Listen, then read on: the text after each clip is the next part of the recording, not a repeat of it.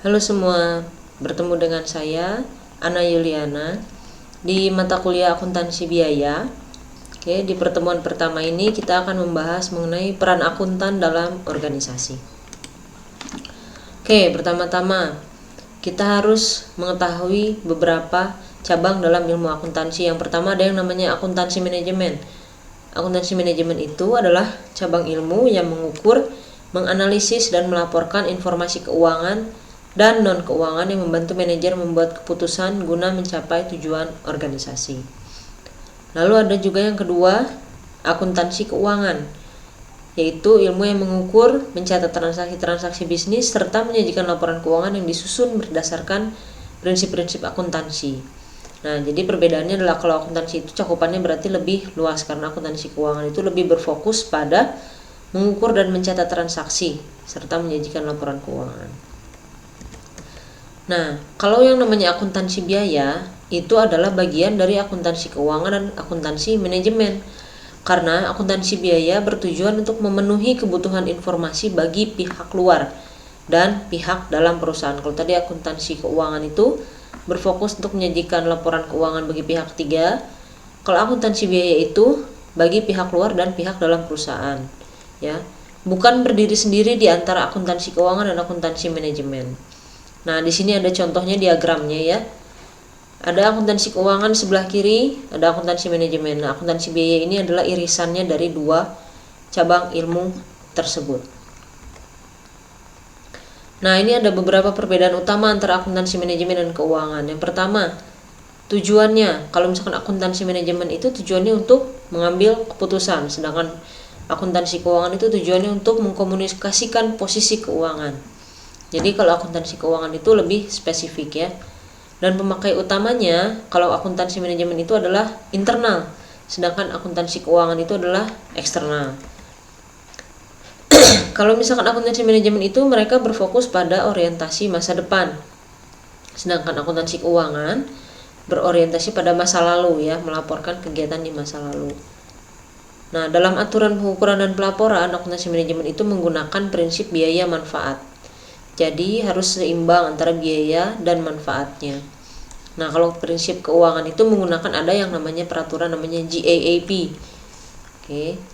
Nah, dalam akuntansi manajemen rentang waktu dan jenis pelaporan itu bervariasi, sedangkan dalam manajemen keuangan rentang waktu dan jenis pelaporannya itu biasanya tahunan atau kuartal, lebih seringnya tahunan. Oke. Keputusan strategi dan akuntan manajemen. Strategi itu apa sih?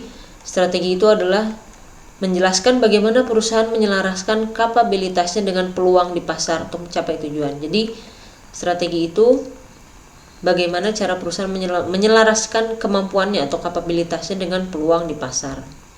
Ya. Nah, yang disebut dengan manajemen biaya strategis itu memfokuskan secara khusus pada dimensi biaya dalam keseluruhan strategi perusahaan. Akuntansi manajemen itu membantu menjawab pertanyaan penting seperti siapa pelanggan terpenting kita dan bagaimana cara memberikan value atau nilai kepada mereka. Lalu produk pengganti apa yang ada di pasar dan bagaimana mereka berbeda dari produk milik perusahaan kita. Lalu apa sih sumber daya yang paling penting milik perusahaan? Lalu apakah cukup terdapat kas untuk mendanai strategi itu atau apakah perusahaan harus mencari dana tambahan? Karena apa tadi ini berhubungan erat, akuntansi manajemen itu berhubungan erat dengan pengambilan keputusan. Peran akuntan manajemen dalam mengimplementasikan strategi. Yang pertama, manajer mengimplementasikan strategi dengan menerjemahkannya menjadi tindakan. Lalu manajer menciptakan nilai adalah bagian terpenting dari strategi perencanaan dan implementasi. Nilai atau value adalah manfaat yang diperoleh pelanggan dari produk atau layanan perusahaan. Nah, ada yang disebut dengan rantai nilai. Rantai nilai itu apa sih atau value chain? Value chain itu adalah rangkaian fungsi bisnis di mana manfaat ditambahkan ke produk atau layanan perusahaan. Ya. Lalu rantai nilai itu terdiri dari apa saja? Rantai nilai itu terdiri dari pertama, penelitian dan pengembangan, desain produk, jasa atau proses, produksi, pemasaran, distribusi, dan layanan pelanggan. Nah, ini ada ilustrasi rantai nilai. Jadi yang namanya value chain atau rantai nilai itu dimulai dari research and development, ya, penelitian dan pengembangan. Setelah perusahaan melakukan penelitian dan pengembangan, perusahaan melakukan desain produk, jasa, dan juga prosesnya. Lalu perusahaan melakukan produksi. Setelah barang atau jasanya selesai diproduksi, mereka memarketingkan, memasarkan, mendistribusikan, dan yang terakhir ada customer service. Oke. Atau pelayanan purna jual. Nah, faktor-faktor kunci keberhasilan. Apa sih faktor-faktor yang menjadi kunci keberhasilan suatu perusahaan? Yang pertama, biaya dan efisiensi. Perusahaan itu menghadapi tekanan terus-menerus untuk menurunkan biaya produk jasa yang mereka jual. Maka mereka itu harus bisa melakukan efisiensi. Nah, yang kedua, kualitas. Pelanggan mengharapkan mutu pada tingkat yang tinggi, maka perusahaan harus bisa memberikan kualitas yang tinggi untuk produk maupun jasa mereka. Yang ketiga, waktu. Waktu itu memiliki banyak komponen, terdiri dari waktu pengembangan dan waktu tanggapan pelanggan. Semakin cepat perusahaan mengembangkan produk, semakin cepat perusahaan menanggapi keluhan pelanggan maupun chat pelanggan, perusahaan itu akan semakin dipercaya oleh pelanggan. Lalu yang inovasi.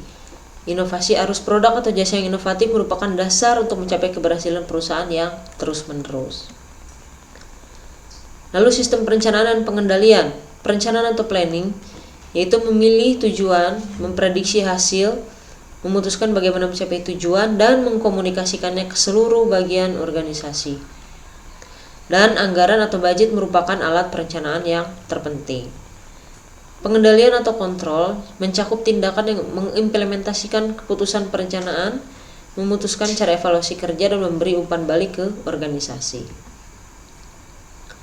Apa saja sih peran akuntan manajemen? Peran akuntan manajemen itu yang pertama menjadi pemecah masalah, yang kedua menjadi scorekeeper atau pencatat nilai, yang ketiga menjadi pengarah perhatian. Panduan penting akuntansi manajemen. Yang pertama, akuntansi manajemen itu menggunakan pendekatan biaya manfaat. Pendekatan biaya manfaat itu apa sih? Saat akan mengambil keputusan, perusahaan itu harus mempertimbangkan bahwa manfaat yang diperoleh dari keputusan yang diambil itu harus lebih besar dari biaya yang dikeluarkan untuk mengambil keputusan tersebut. Itu namanya pendekatan biaya manfaat atau cost benefit approach. Lalu ada juga pertimbangan perilaku dan teknis. Kemanusiaan dilibatkan dalam keputusan, tidak hanya uang. Jadi tidak bisa mengambil keputusan itu semena-mena dan mengesampingkan segi kemanusiaan. Lalu yang ketiga, berbagai definisi biaya dapat digunakan untuk mencari penerapan. Oke, ada juga yang di sini ada penjelasan mengenai struktur organisasi dan akuntan manajemen, ya. Di sini contohnya ada CEO, di bawahnya ada CFO atau Chief Financial Officer. Di sampingnya biasanya ada Chief Operating Officer.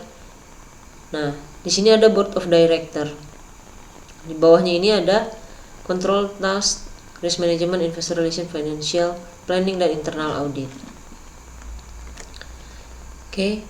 Lalu kita akan bahas mengenai etika profesional. 4 standar etika untuk akuntan manajemen. Yang pertama, harus kompetensi. Yang kedua, menjaga kerahasiaan, berintegritas, dan objektif. Oke, sekian pertemuan pertama dari akuntansi biaya. Terima kasih.